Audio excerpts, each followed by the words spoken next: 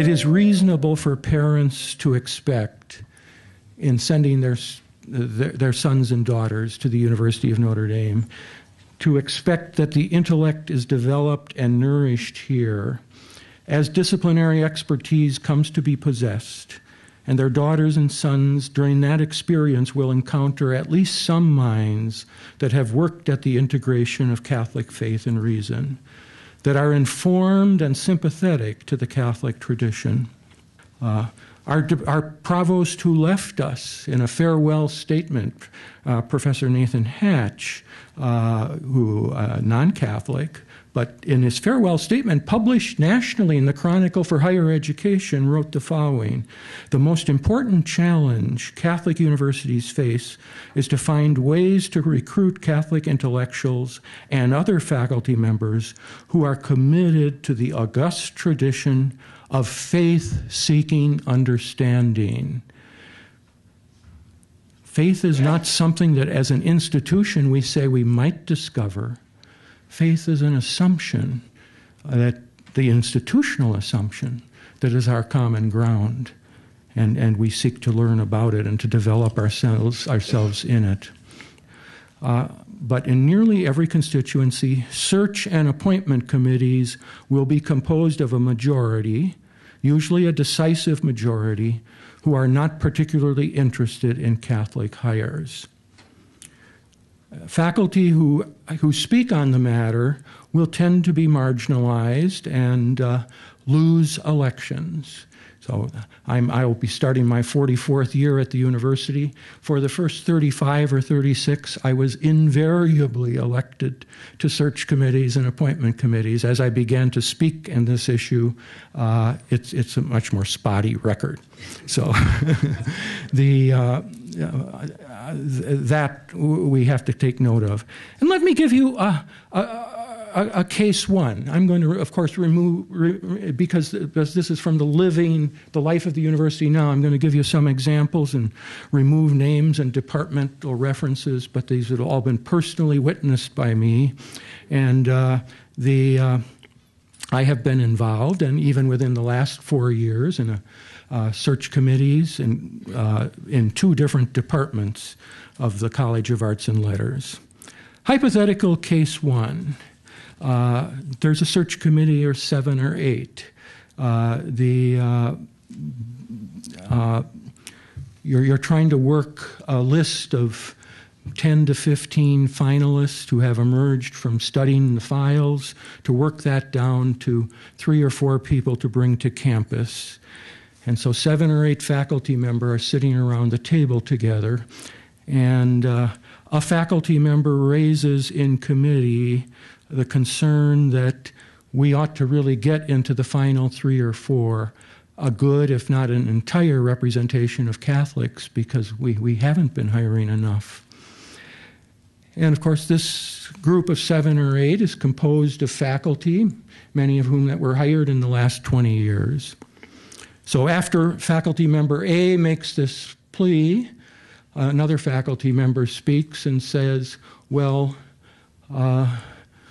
look around the table. Have we done badly in our hires? Isn't this the kind of thing that we want to do? It's very, very hard for faculty who have been selected under the process of recent years, often in that period when religious identity questions have been winked at or they've been told informally that isn't too critical when they come aboard. Very, very hard for them to give priority to the matter now, at this time. Now that person who spoke to faculty member A might or might not have been a non-Catholic on the committee. I say might or might not have been because sometimes the people most adamantly opposed to giving attention to the Catholic dimension are people who are formally Catholics, but don't think it should interfere in any way with the academic mission of the university. So they will be counted in the percentages as Catholics. They will sign on as such, but they will be opposed to the proposal of this faculty member A in the context of the committee I just described. I might say about the non-Catholic presence at Notre Dame, I think for some of them it's very, very hard to hear the talk and the emphasis about Catholicism. I think we can't get away from the fact that that's hard for some. With all the apologies that you might make and seek to get their understanding, I find some of them will feel that there's no way you can't be implying that a non-Catholic is somehow a second-class citizen. In two of the searches that I've been involved in, the interview process has produced this kind of answer from a candidate. One was a search for an endowed chair. The other was a search for an entry-level appointment. And if Catholic dimension of Notre Dame doesn't come up in the interview, I'm apt to raise it with an indirect way like this. How comfortable are you in coming to join a university that takes its Catholicism very seriously? Or what do you think of being part of this community? The two cases I want to mention, both appointments went through, and the person said to me, "Oh, I'm comfortable. I was raised a Catholic." And then the conversation went off to how delightful Grandma's pious practices were and how interesting. I was raised a Catholic. I found myself in a very difficult strait approaching a vote on a couple of these committees when the finalists were 3 or 4 candidates, only one of whom was a Catholic, and that one Catholic had answered the question by saying, "I was raised a Catholic." I didn't know quite what was the right thing to do in that circumstance. And if I leaned to voting for the one who said I was raised a Catholic, it was I was trusting that Grandma was praying hard for him, and that he might come around during his time here. But it's perfectly legal to make inquiries about religious affiliation and to have a discussion of the nature of that religious commitment. And I think any turning around that we do is going to have to involve more embracing by the administration of the kind of interview techniques that will give us a sense as to whether a person is really prepared to make a commitment to the mission of this particular university. What is it that gets the applicant pool down, you might say? What gets the applicant pool down to the fact that you get a finalist in which 3 or 4 are non-Catholics and the 4th one was raised a Catholic? And another true life scenario. That is, if a very bright young Catholic student, let's say coming out of a fine Catholic liberal arts college, decides specifically because of Catholicism to go to an institution, let's say like Notre Dame for graduate study, or Fordham, or St. Louis University, and comes out with their PhD and is competing with a Harvard or Yale PhD, in the sorting through the applicant pool, a large percentage of my colleagues will say that's not the kind of degree that's going to carry clout in the ratings. So this is why sometimes very, very good Catholic candidates are marginalized in that process. Or it may be something that will turn up on their CV that will indicate that they're really a committed Catholic, that they actually put it on their CV, and yet they have an Ivy League degree. And that is likely not to be welcome by a number of my colleagues.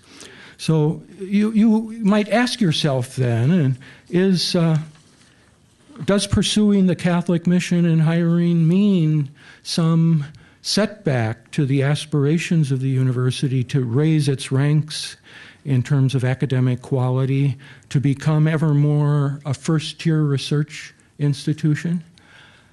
I think there are tensions there. Because this is simply why. The standards we are being judged by are not the standards informed by or touched by Catholicism in any way. If our rankings depend not on the kind of qualities of mind and soul, devotion to teaching that may mark the young faculty, but on whether they have the right paper trail that will impress evaluators in terms of ranking the department and the university as a whole. I don't think one can get away from the fact that the faculty down the road are possible questions about the philosophy theology requirement, the presidency of the university being tied to the Holy Cross community, the role of the fellows in the Holy Cross community there, the number of Catholic programs that exist with the blessing of the administration now on campus and the great percentage of entering students who are Catholics. All of those are potential points of attack for a faculty that becomes ever more secular and becomes a look-alike faculty to other faculties in the United States.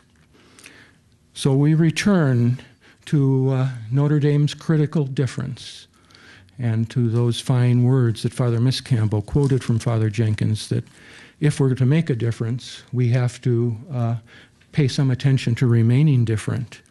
And it's interesting, you know, that I've been very interested in thinking about American pluralism and what that means. I believe that American pluralism, the diversity of our land, is enriched if there's authentically Catholic universities, and that they don't all come to look alike and represent the same thing, top tier, middle tier, bottom tier. But is there a distinctive one or few that we could call an authentically Catholic university?